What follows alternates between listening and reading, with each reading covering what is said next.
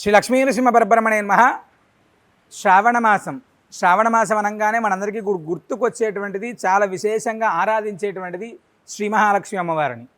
భద్రాద్రి దివ్యక్షేత్రంలో కల్పవృక్ష నారసింహ స్వామివారి యొక్క దివ్య సన్నిధిలో మనకు వరలక్ష్మి వ్రత కథలలో విశేషంగా సామూహికంగా ఎక్కడైతే లక్ష్మీ ఆరాధన జరుగుతుందో అక్కడ శ్రీ మహాలక్ష్మి అమ్మవారు ఉంటారంట, చాలా వైభవంగా. అలాంటి అదృష్టాన్ని, అలాంటి అనుగ్రహాన్ని మనందరికీ, మన భక్త కుటుంబాలందరికీ ఇక్కడ కలగాలి అనేటువంటి సత్సంకల్పంతో ఆగస్టు 15వ తారీఖు శ్రావణ మాసంలో 4వ శుక్రవారం రోజు విశేషంగా ఆనాడు సాయంత్రం 4 గంటల నుంచి కూడా అష్టలక్ష్మి హోమాన్ని, అష్టైశ్వర్యాలు అంటాం కదా, అలాగే అష్టలక్ష్మి హోమాన్ని నిర్వహించి ఆ హోమంలో పాల్గొనేటువంటి ప్రతి మాతృమూర్తికి కూడా ఆనాడు విశేషంగా హోమానికి కట్టినటువంటి ప్రతి ఒక్కరికి కూడా అమ్మవారి యొక్క వెండి మహాలక్ష్మి అమ్మవారి రూపును కూడా ప్రసాదంగా ఇవ్వడం జరుగుతుంది.